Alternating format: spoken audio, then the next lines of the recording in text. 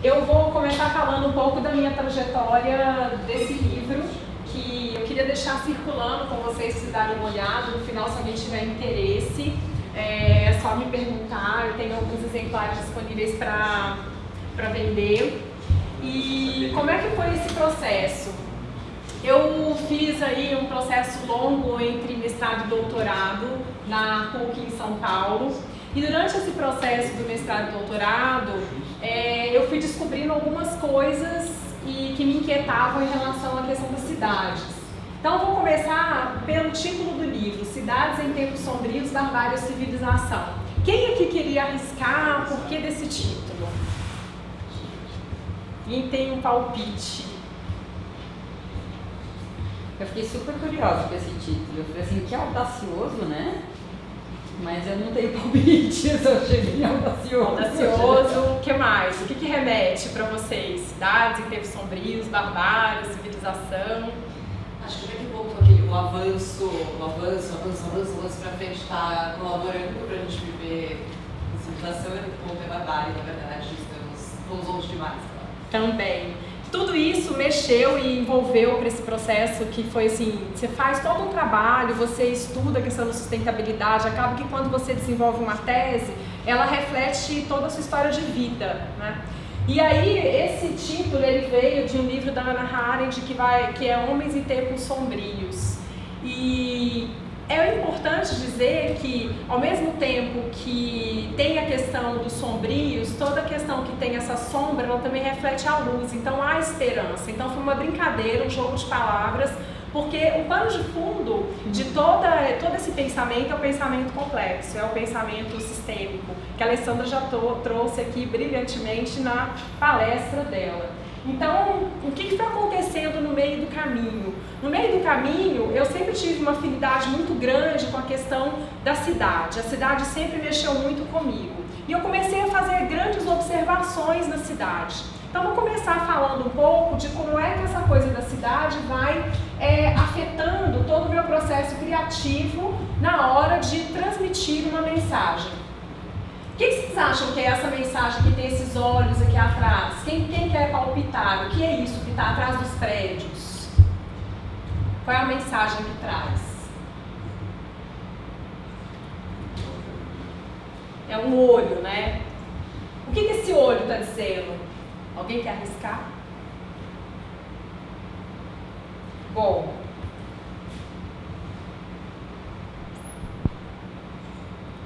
É um picho. Ou seja, é um grafite.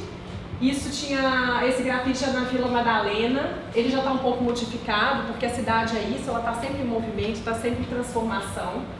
E na época, o governo havia apagado os grafites da 23 de maio, no momento que eu estava finalizando o livro. E quando o editor do livro me mandou a sugestão de capa, ele tinha mandado só os prédios. Eu me incomodei muito, eu falei, olha, mas a cidade não são só os prédios, não é disso que eu estou falando. Estou falando de gente, estou falando de pessoas, estou falando de gente que ocupa os lugares dessa cidade. Então eu me deparei com esse grafite no beco do Batman e fui atrás do artista, que é o Saci, e eu tinha feito um poeminha em relação a esse grafite. Mandei para ele e falei, olha, eu fiz um poema, queria que isso fosse a abertura do livro, justamente para poder chamar a atenção desse lugar de pertencimento. Então, ou seja, era os olhos de quem te vê, porque o grafite ele está sempre o quê? No muro. Ele está no muro olhando para quê? Para a cidade, aquela cidade em movimento, aquela cidade maluca e tudo acontecendo. Então eu fiz esse poema, sou arte, sou picho, quantos olhares resisto, sou efêmero, sou obra de arte urbana, resistir e surpreender. Qual olhar me vê? Grafite e contraste, o cinza não destrói a arte, sou gente, pertenço à mesma cidade. Então, para mim, isso foi muito forte, essa questão do pertencimento da cidade. Né? Porque a gente, quando vai para a discussão de temas relacionados à cidade, tem sempre uma dualidade. O centro, a periferia, qual é o lugar de fala. Na verdade, essas definições territoriais somos nós que construímos. Porque, de fato, estamos todos o quê? Dentro de uma mesma órbita, dentro de uma mesma lógica. Então, todos nós pertencemos aqui ao mesmo sistema. E por isso o pensamento complexo, que é um pensamento complexo muito pautado na questão de Edgar Morin. Quando eu estava fazendo o livro, eu achava que eu tinha que investigar, então, o que eram essas cidades inteligentes, porque estava uma efervescência desse assunto relacionado à questão de água, à questão de energia, à questão de materiais. Então eu visitei alguns lugares com alguns estudos de caso relacionados à questão das cidades inteligentes, e muito que eu encontrava desses casos estava relacionados à questão das smart grids, ou seja, a questão da energia. Por que a energia é algo tão importante para a sustentação econômica de toda a nossa sociedade? Porque sem energia a gente não faz nada. Já imaginaram se cai energia, não cai o sistema de internet? Ou seja, nós estamos realmente reféns dessa dependência energética mundial. Então, essa é uma percepção relacionada à questão das cidades inteligentes. O que eu queria identificar? Eu fui pesquisando coisas que tinham um eixo em comum com as cidades inteligentes. Então, elas são simultaneamente antagônicas e complementares ao momento e ao contexto que nós estamos vivendo nas cidades do século XXI. O que essas narrativas, então, elas trazem em comum relacionado à questão das cidades inteligentes? É uma tentativa de mudança. Está todo mundo querendo uma mudança, todo mundo querendo ter a tecnologia mais disruptiva.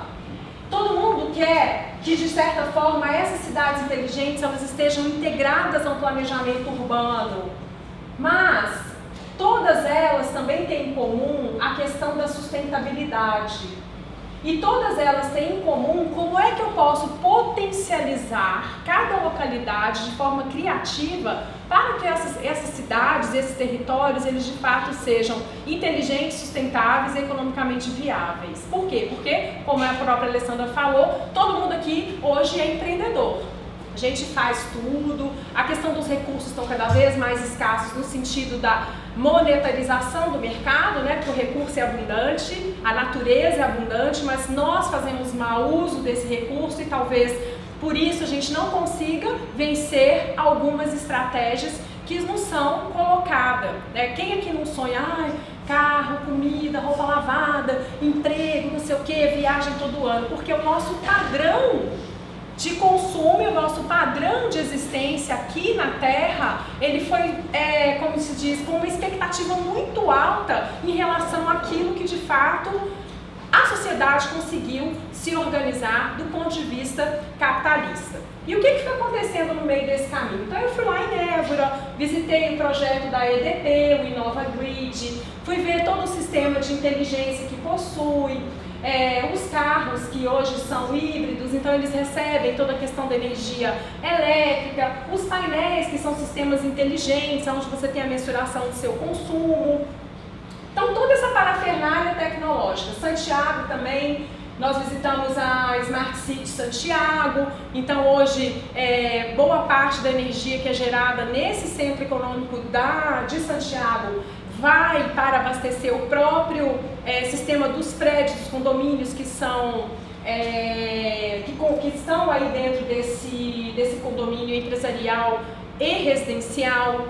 Eles têm horários específicos com ônibus que saem de acordo com a questão da poluição atmosférica de Santiago, porque isso é uma questão ambiental, uma questão ecológica para a cidade de Santiago.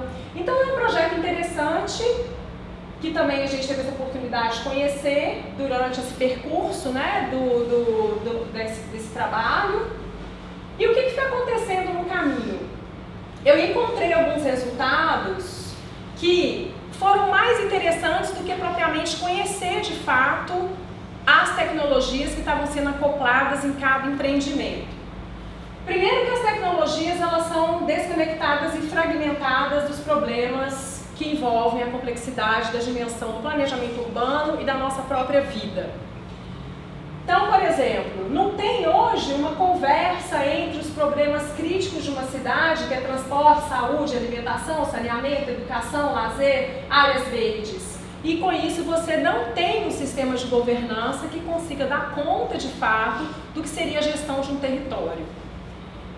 Falta um diálogo enorme entre as empresas fornecedoras de tecnologia para cidades inteligentes e o alinhamento das expectativas em relação aos públicos envolvidos. Não tem diálogo. Por quê? Porque cada empresa quer vender a sua tecnologia, ninguém está disposto a quebrar os seus códigos para que tenha uma única tecnologia convergente. Por quê? Porque cada um está interessado apenas no seu recurso, no seu faturamento e no seu lucro. Com isso, então, é impossível você falar que vai ter uma cidade totalmente inteligente se essas coisas não estiverem interligadas e convergentes. Os territórios inteligentes, eles então poderão apenas ser viabilizados se houver esse engajamento e principalmente se a população ela for ouvida, ou seja, a centralidade desses processos ela tem que estar relacionada com a dimensão humana. Afinal de contas, nós que somos o quê? Os usuários das cidades.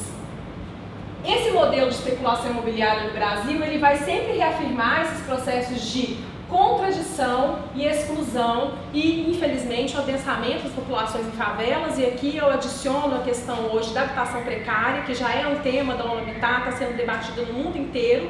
Isso é um problema mundial do qual nós estamos aí enfrentando devido à questão das mudanças climáticas, devido à falta de informação das pessoas, devido a essa especulação imobiliária que hoje se desloca aqui no Brasil, principalmente para as milícias, para a questão aí que está envolvida com um mercado não formal e não deveria ser consensual. Bom, cada empresa então vai desenvolvendo a sua tecnologia smart, todo mundo quer ser smart, de forma fragmentada. Não existe essa proposta de engajamento em nenhum projeto Smart City que eu conheça ou que eu tenha visitado. E o comportamento dos usuários dessas tecnologias chamadas cidades inteligentes vai comprometer a eficiência das tecnologias. Vou dar um exemplo clássico da Smart City Veneza. Veneza é considerada uma Smart City pela Itália.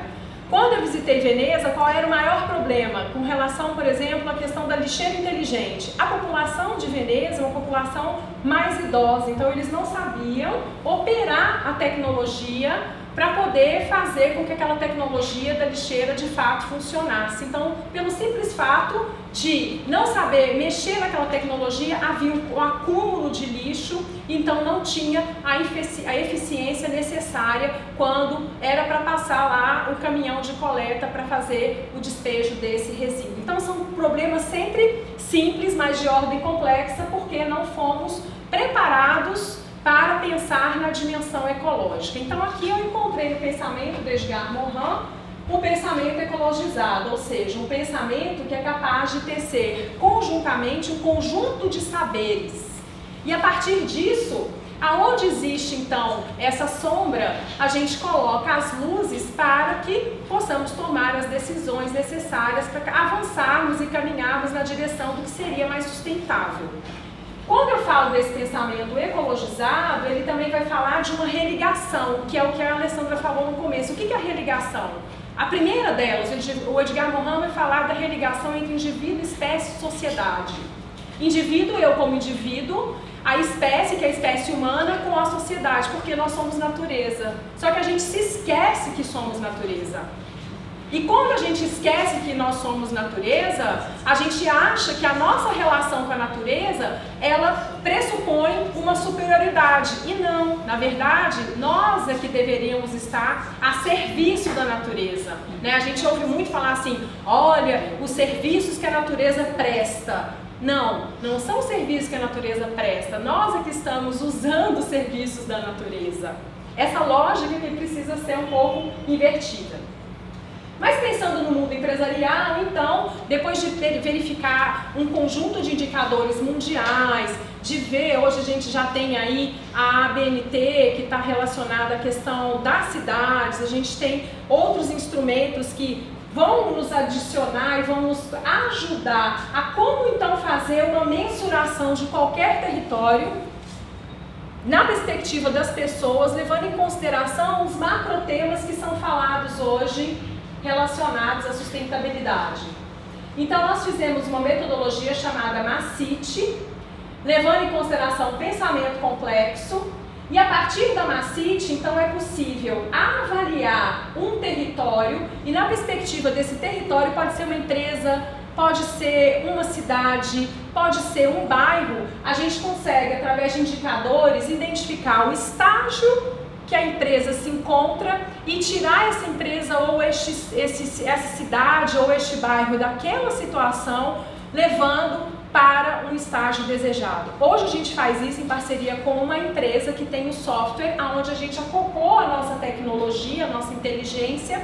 Então a gente tem esses resultados com segurança de informações, auditáveis, verificáveis e ainda com um benchmark mundial relacionados a esses principais temas da sustentabilidade, que é gestão econômica, acessibilidade tecnológica, territórios verdes, gestão social, gestão de facilidades e mobilidade, que são questões macroestratégicas para o funcionamento de qualquer cidade, de qualquer território.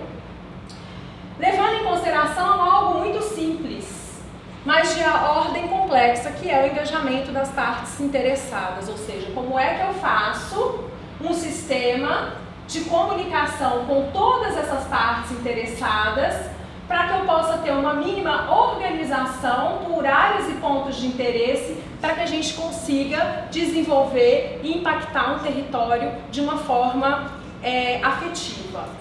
No caminho, o que eu encontrei? Eu encontrei, depois que eu terminei o livro, que eu terminei a tese, eu comecei a perceber que pelas cidades existia um movimento muito forte de retomada das pessoas ao espaço público das cidades. As pessoas não estavam mais esperando empresa, governo, ONG, ninguém. Elas se juntavam coletivamente para fazer algo em comum. E aí o que foi acontecendo? Eu comecei a mapear essas questões sob o olhar do pensamento complexo, sob o olhar do Edgar Morin. E aí eu fui olhando, né? O Homo Deus, ele é racional, ele é louco. O Homo Ludens, o universo lúdico. O Homo Consumas, ele está no mercado, então a gente consome. O Homo Complexo, ele é sapi, Demis, ele é afetivo, ele é lúdico. A gente é tudo isso, ou seja, eu olhei de novo para a natureza humana. Nós somos multidimensionais. Nós podemos acoplar dentro de um mesmo sistema várias faces. Então é por isso que Edgar Morin vai falar do lúdico, do louco, do demens, do racional, do irracional, do lógico, do poético e do animal. O que foi acontecendo aqui? Então eu fui olhando para os movimentos, com ênfase no movimento do fazer com as próprias mãos, o Maker's Movement. Eu comecei a observar as hortas comunitárias espalhadas por São Paulo, né? Então, o que me despertou esse olhar, né? Eu trabalho a partir da antropologia dos sentidos de David Le Breton. Então, ele vai dizer lá no livro Antropologia dos Sentidos que é legal a gente olhar para a cidade como se fosse uma floresta. E a partir dessa floresta, a gente começa o quê? A desvendar, a observar, a olhar todos aqueles fenômenos que acontecem simultaneamente. Então eu comecei também a me deixar afetar pelo campo de observação. Então, Marcas também olhando para a história do hackear a cidade. Vamos hackear a cidade está hackeada. Aqui foi uma iniciativa da Red Bull Basement. Eles fizeram hackearam a cidade com a autorização da ANEEL e fizeram com os orelhões da cidade pontos de comunicação para usuários a respeito de linhas de ônibus e tudo mais. Então, assim, como é que as pessoas então estão agindo por si só para transformar equipamentos obsoletos da cidade em algo para proporcionar um novo uso? Então, de manifestação. Então as praças elas estão aí sempre como vivas, em movimento, como manifestação, como possibilidades de encontro. Né? Aqui os protestos, isso foi uma manifestação pela educação em Santiago em 2015. Como boa observadora, em todas as minhas viagens, em todo lugar, eu fico brincando que eu vivo etnografando. Eu estou sempre observando com esse olhar mesmo antropológico para os comportamentos e os fenômenos que ocorrem nas cidades. Aqui também uma coisa muito interessante, que é a troca de guarda de carabineiros no Chile, no Palácio La Moneda. As pessoas param para um ato cívico, né, para reverenciar essa questão. Aqui o Homo complexus, o sapiens, demes, afetivo e lúdico, lá do Edgar Morin, em Firenze, na Itália. Isso foi um casamento que acontece lá na Ponte Vecchio. Então, a crença no amor insolúvel. O Homo urbanus, ele precisa ver no horizonte. Então, o fenômeno das corridas de rua, eu comecei a observar que esse fenômeno das corridas de rua que aconteciam nas cidades, agora esses fenômenos estão acontecendo dentro da floresta, estão acontecendo na montanha. Por quê? Porque é antropológica a nossa necessidade de ver o horizonte, de correr, de caminhar.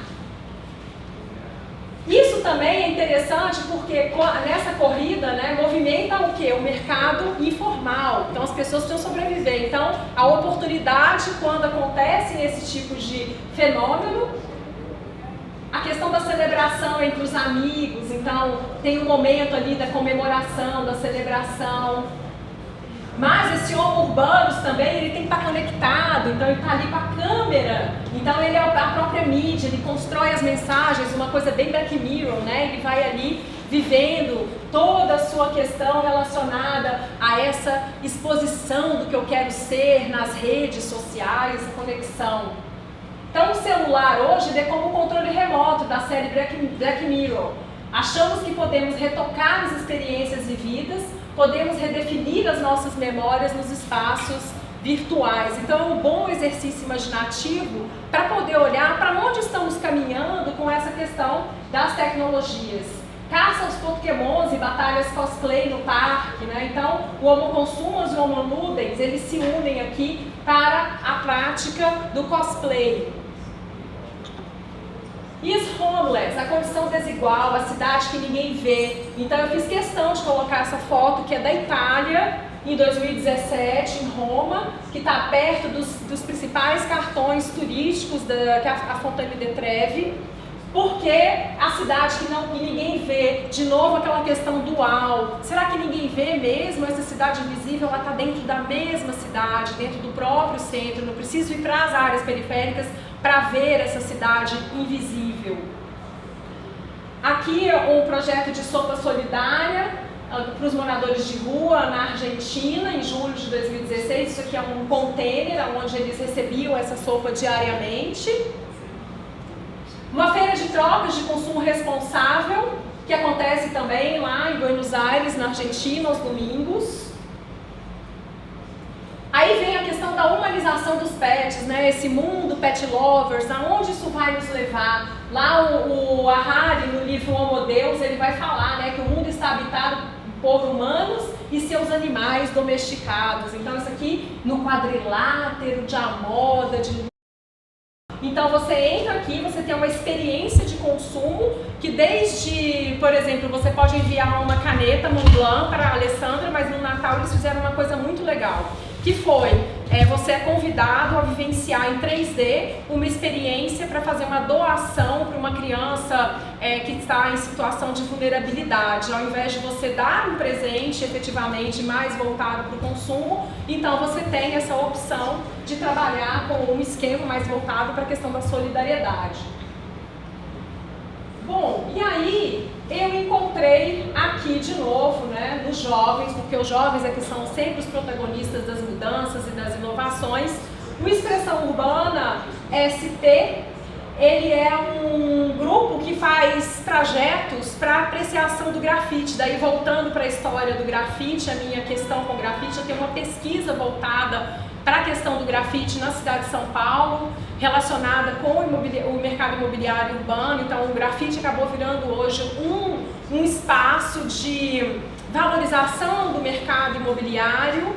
E o que foi acontecer? Esse grafite, ao mesmo tempo, ele foi mexendo tanto com a minha história de vida, com a minha percepção, que hoje eu também desenho. Então eu virei ilustradora. Essa camiseta é uma camiseta customizada que eu mesma desenvolvi a partir de todas essas experiências. E o que foi acontecendo então nesse caminho?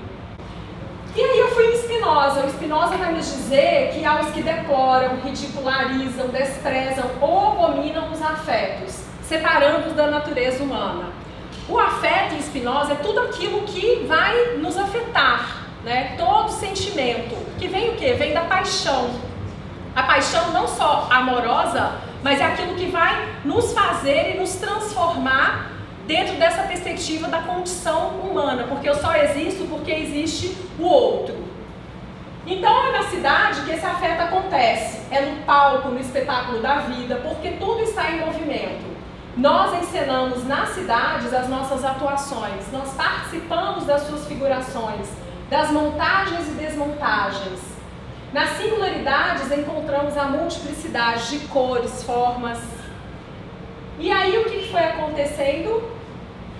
Nós chegamos então no conceito de cidades afetivas. Cidades afetivas é um projeto, é um resgate antropoético do existir.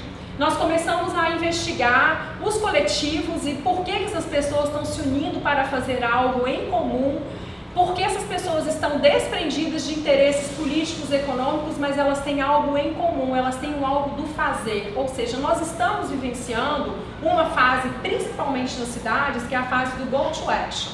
Ou seja, vamos para a ação. Ninguém mais quer esperar que as coisas aconteçam ou esperar um terceiro para que as coisas aconteçam. As pessoas estão se organizando de forma coletiva e estão fazendo isso juntas. Nós então achamos que seria interessante criar um canal no YouTube para poder contar essas narrativas de como é que essas pessoas estão se organizando coletivamente. Então nós temos um canal, que é o Cidades Afetivas no YouTube, e nesse canal nós fazemos entrevistas com coletivos, com pessoas que estão fazendo diferença no seu território, que estão impactando histórias. Então, recentemente nós fizemos uma entrevista que já está disponível no canal sobre a Horta das Corujas em São Paulo, que é um lugar belíssimo, que foi ocupado pelos moradores do próprio bairro, se organizaram de forma coletiva e voluntária. Existe um processo, não é só você ocupar, depois você precisa fazer toda a manutenção, então é uma entrega voluntária dos moradores da região. Esse vídeo também já está disponível, vocês podem observar e assistir, comentar e se inspirar, por que não também transformar a praça do seu bairro numa horta que pode ser depois, inclusive, aproveitada por outras pessoas da cidade. Então esse é o propósito maior dos Cidades Afetivas. Então Cidades Afetivas é um resgate antropoético do existir, porque são as pessoas que devolverão à cidade o seu espaço, o local da festa, do encontro, o espaço para os afetos. Eu costumo também usar a hashtag eu viver as cidades, porque na verdade a gente está nesse momento. Está todo mundo muito querendo viver as cidades. E a Conversa Sustentável, que é a minha empresa, consultoria, há 10 anos, fazendo pesquisas e trabalhando com empresas, trabalhando com o terceiro setor e desenvolvendo pesquisas nessa área. Hoje nós continuamos com a consultoria, estamos atendendo neste momento o Centro Sebrae de Sustentabilidade na produção dos conteúdos técnicos de sustentabilidade. Também temos o Cidades Afetivas, que é esse projeto social. Então, o Conversa Sustentável, que é voltado para o mercado, alimenta as ações do Cidades Afetivas, que é uma ação voluntária. Nós não temos patrocinadores. Aqui são os serviços da Conversa Sustentável. Nós trabalhamos com comunicação, pessoas e sustentabilidade, desde a parte de comunicação estratégica, produção de conteúdos, laboratórios de tendências, eventos. Na parte de pessoas, nós trabalhamos com coaching, treinamento, endomarketing. Na parte de sustentabilidade, desde identificação de possíveis smart cities até os relatórios de pessoas e cidades e situações voltadas para formulação de metodologias e processos que possam transformar uma realidade em uma realidade mais sustentável. E aí, como eu disse para vocês, depois de 10 anos, a arte abraçou a nossa causa, ou eu abracei a causa da arte, e hoje a gente abriu um canal no Instagram, que é o Conversa Sustentável Shop, onde nós temos, além das ilustrações em aquarela, nós temos camisetas customizadas, nós temos caderninhos na parte de papelaria, e nós temos também agora a arte em aquarela em paredes. Então, vocês que queiram ou tenham uma parede interna na casa de vocês, é só vocês mandarem um e-mail para o vivianblaso@uol.com.br. Eu mando para vocês um questionário, vocês devolvem o questionário e cada um, ao final do trabalho que eu fizer para vocês, é um trabalho voluntário, vocês podem pagar com a contribuição que vocês acham que vocês poderiam dispor naquele dia. Não tem um preço fixo para esse trabalho. É um trabalho colaborativo, onde nós estamos aí trabalhando com essa questão do afeto, mas de uma maneira mais empática, voltada para a sensibilidade relacionada à arte. Bom, aqui estão os meus contatos, eu fico à disposição para vocês. A trajetória é longa, mas é isso, né? Essa questão das cidades, desde a época do mestrado, do doutorado, e agora essa questão do envolvimento com a arte, é a forma como eu encontrei para me colocar no mundo e oferecer toda essa potência criativa para poder tentar impactar outras pessoas também nessa rede do bem e nessa forma do vamos fazer juntos. Tá bom? Muito obrigada.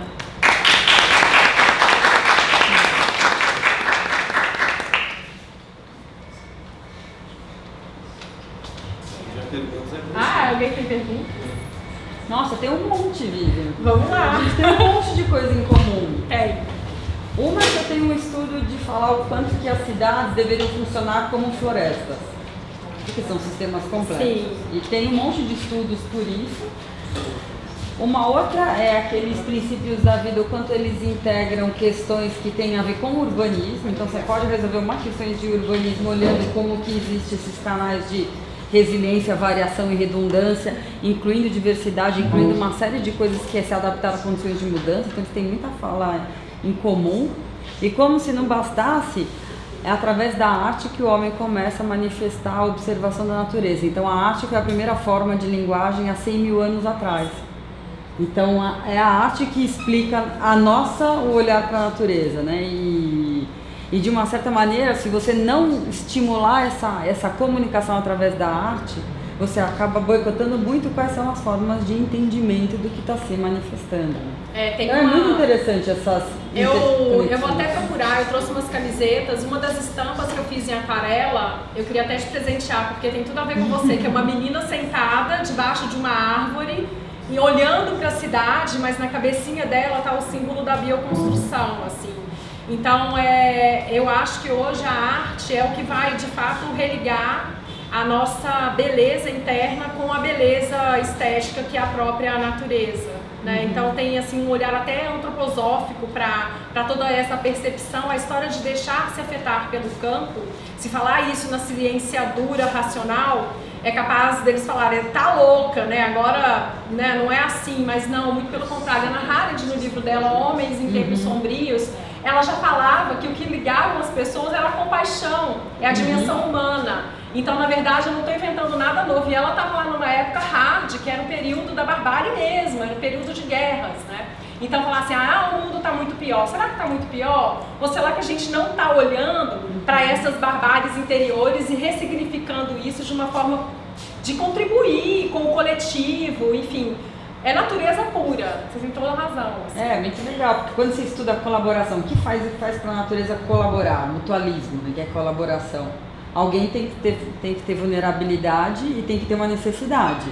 E o outro tem uma potência que encaixa com aquela vulnerabilidade, mas tem que ter ciência. Quando que a gente é estimulado a falar do seu lugar de vulnerabilidade, do seu lugar de não saber? Se você não procura o seu não saber, como que você conecta com alguém que sabe aquilo que você precisa fazer? Né? Então tem muitas coisas em comum. E é um pensamento aberto também, porque a natureza é aberta, ela está em mutação o tempo todo, que na verdade a gente é que fica talvez num lugar rígido, tentando se segurar em algum lugar, em alguma coisa, e na verdade é só deixar fluir, porque a natureza é fluida, nós somos natureza, então a gente também é fluido, é só se deixar levar pelo que eu falo, que é a história do movimento.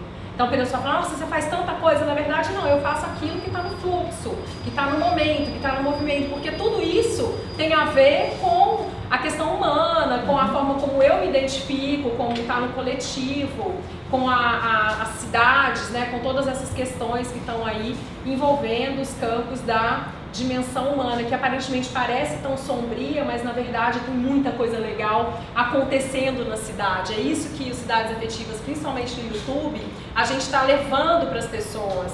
Que é assim, uma coisa é o que a mídia convencional vai mostrando. Se você deixar, você fica só na bad vibes, assim. Não, tem muita coisa massa acontecendo. Tem muita gente fazendo as coisas comunitariamente, coletivamente. Tem muita gente fazendo essa corrente do bem fluir. Basta a gente olhar de uma outra forma, de uma outra perspectiva, que a gente encontra essas conexões. Quero fazer seu curso. Mais ou menos? Vocês deviam fazer um curso juntas. Cidades em Floresta. Ai, eu gostei disso. Lindo isso. Aí. Eu tinha uma pergunta. Eu assisti uma palestra sua aqui mesmo na Brax, acho que ano passado, e estou conseguindo ver muito claro como tem evolucionado para melhor e mudado tanta coisa, né? E minha pergunta era como você tem enxergado esse fluxo e como desde o que era no início agora se transformou em algo tão mais completo e ao mesmo tempo mais básico, né? Sim. Ai, olha, a gente não consegue acompanhar a quantidade de coisas que estão rolando. Antigamente a gente já era chamado, a gente conseguia montar uma agenda. Hoje em dia, se a gente ficar por conta só de observar essas coisas que os nossos coletivos, que a gente tem mais afinidade, mais proximidade, que a gente começou estudando, estão fazendo, a gente não consegue ter isso na agenda, porque isso também foi uma coisa interessante. A gente começou assim, observando o que os coletivos faziam. De repente a gente começou a fazer também. A gente começou a ser convidado a fazer coisas juntos. Então assim, se a gente começar a olhar, vamos pensar no nosso bairro, na nossa cidade, no nosso território, tudo que está perto da gente, é possível fazer muita coisa. A gente não dá conta mais de mensurar e acompanhar a quantidade de coisas. Sabe o que é legal desse processo todo? É que é possível você se permitir. E quando você vai a campo, você começa já a olhar que isso está sendo transformado em projetos de inovação social, isso está muito latente no empreendedorismo, isso está latente no desenvolvimento local. Então as pessoas estão começando a enxergar que isso tudo vai contribuir para uma mudança significativa das formas como o mundo está levando essas relações, né? Porque o que está por trás disso tudo? Está por trás um grande vazio existencial. Não é que as pessoas vão deixar, putz, se não fosse tecnologia, eu não estava conectada com a lei até hoje. A gente se conhece há mais de 10 anos, o Ricardo, sei lá quanto tempo que a gente se conhece, né? Enfim. Assim, graças à tecnologia que permite essa função de coisas e essa conexão e essa convergência. Mas o que está acontecendo agora é que as coisas elas estão tomando uma inteligência própria, um caminho próprio, seguindo para outras narrativas que o Cidades Afetivas sozinho não vai conseguir acompanhar e nem deve, né? Já virou uma outra coisa. A gente começou investigando coletivo, agora a gente está trabalhando com uma nova tríade que é desobedecer, ocupar e conviver, que vem do convivialismo. O desobedecer vem lá da desobediência civil, né? E o ocupar é que assim, os espaços estão aí para serem ocupados, e quando eles são ocupados, eles são transformados numa outra coisa que é a dimensão infinita. Porque as pessoas também começaram a perceber que elas não têm limitações, nada limita. Por exemplo, você pode ocupar uma praça. Quem é que falou para você que você pode ir lá? A praça é pública. Se você está fazendo uma benfeitoria pela praça, você pode chegar lá e ocupar. O máximo que você vai fazer, a prefeitura é o seguinte, a associação de moradores está aqui, a gente está se organizando para fazer algo em comum. Isso já está... Ocupar, você fala morar ou ir na não, praça para... O ocupar não é só a dimensão do morar fisicamente. Ocupar no sentido de você entrar numa praça e começar a fazer uma horta urbana junto com outras pessoas e outros coletivos. Então até recomendo vocês assistirem o vídeo sobre a Horta das Corujas que está postado no ar. Tem um outro que vai para a próxima semana, que é sobre aí uma ocupação física, era um antigo hospital, que é na Vila Ângulo, e lá a maior parte dos coletivos são artistas e são mulheres. O que essas mulheres estão fazendo de diferente e que estão transformando aquele coletivo num outro espaço do ocupar dentro dessa cidade? É que assim, São Paulo é um laboratório. Aqui é permitido tudo. Então é um excelente laboratório para quem gosta de trabalhar com esses temas, seja ele natureza. A gente não precisa buscar natureza fora, tem natureza dentro da cidade. Nós fizemos recentemente uma caminhada pelas nascentes da cidade de São Paulo. E foi maravilhoso. Então só o fato de você caminhar e ver que a natureza é tão sábia, pode ter um muro de concreto, a água continua jorrando, você já muda a sua relação com a água, você já começa a perceber a sua limitação e a sua finitude em relação à dimensão maior, que é a própria mãe natureza, que é Pachamama. Então tudo isso tem a ver com aquilo que nos religa, que é a nossa condição humana. Estamos todos aqui por um único motivo, tem um propósito comum. Qual é? O bem viver. Como é que eu vou conseguir esse bem viver? Resgatando essa relação que foi perdida, que o Edgar Morin vai falar, que tantos outros autores vai falar. Quando a gente se conecta de novo e a gente tem essa presença que você é natureza, você pode fazer coisas incríveis. Tu acha que eu sabia desenhar? Não, eu só me permiti. Não precisa ter doutorado, mestrado, curso, ir para Harvard, olhar para o mundo inteiro. Foi a vivência como artista que me fez ser capaz de desenvolver uma ilustração e que me fez ser capaz de pintar uma parede. É só deixar se permitir. Por quê? Porque eu tenho uma mensagem para levar. Quando você tem um propósito e tem uma mensagem para levar, a sua forma de comunicação, ela aflora. Porque aí vem a intuição. A intuição fala, vai, faz. É isso.